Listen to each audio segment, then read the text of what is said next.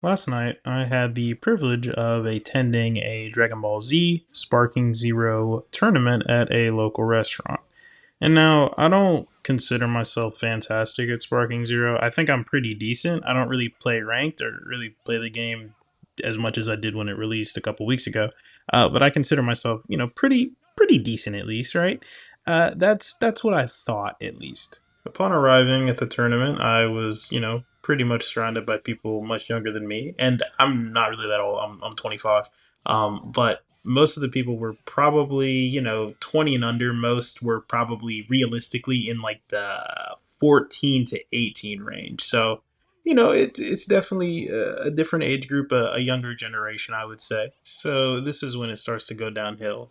So the first guy who I was running a practice match with, my man absolutely whooped my ass. Like, I destroyed me. Like, I after our fight, I was like, oh, okay, like, this is probably one of the higher tier players that I've come across. So there's no shot that I'm gonna win this tournament. But obviously, let me stick around, let me have some fun with it, right? The tournament started. I was the first person out. I got my ass destroyed 3 times in a row.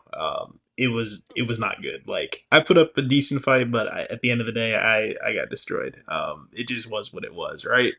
So that was fine. And the whole time I was talking to the owners, I was like, dude, like, this generation, like, I don't know if my time is up as far as like these like these fighting games that have like higher skill ceilings, right? Like with Sparking Zero, I mean, there's people that can super counter that you can barely touch them. You may get 1 or 2 hits off, but they'll super counter everything.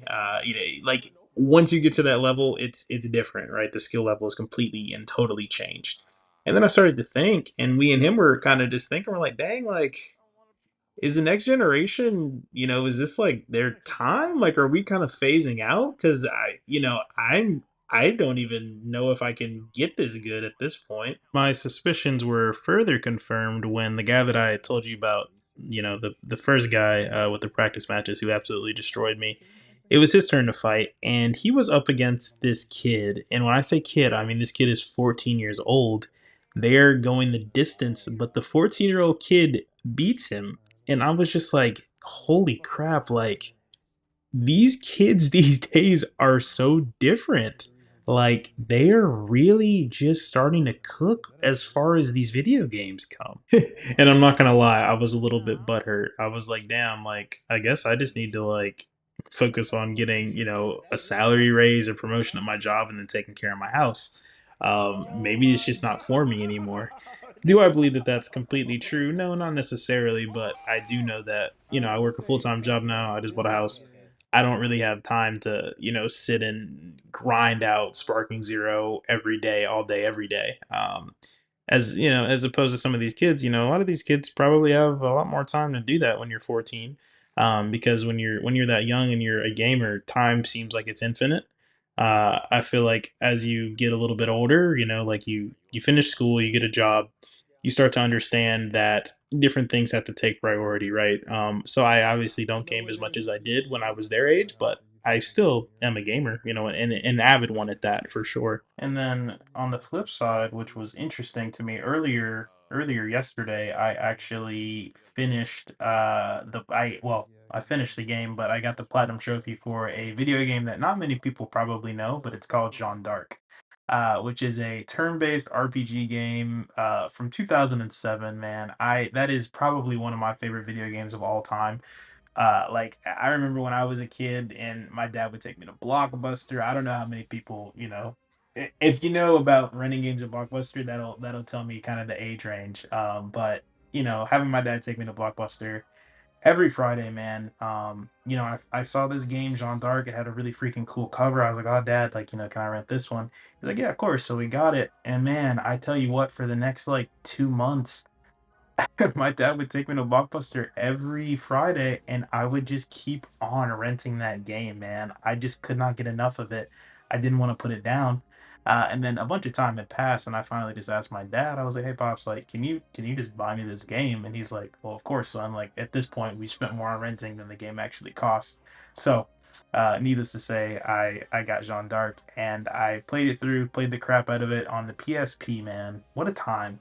Um, but it got a surprise release on PS5 a couple months ago, and Oh my god, I tell you, like when I oh, holy crap, man, I just when I saw that game on the PSN store, I just almost broke into tears because I was like, holy crap, this is my childhood in game form. So I had to get it, and I achieved the platinum trophy, which I felt like I did my younger self my younger self a favor. I did the game justice, and I'm just so happy about that. I'm so proud of that one for sure. Do you guys have any, games that you guys love from your childhood, or just that cozy game that you used to play or anything like that? I'd love to know. So if you guys would share, I would really appreciate it. But this kind of got me thinking, like, are these single player games a bit more my speed nowadays as opposed to grinding out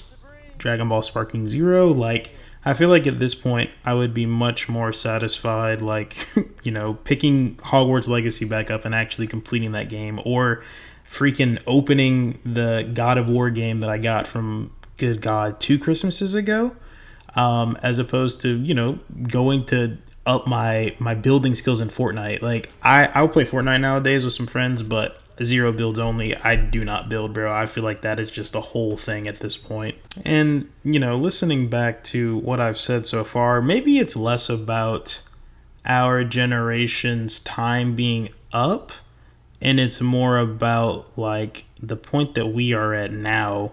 Life is different for us.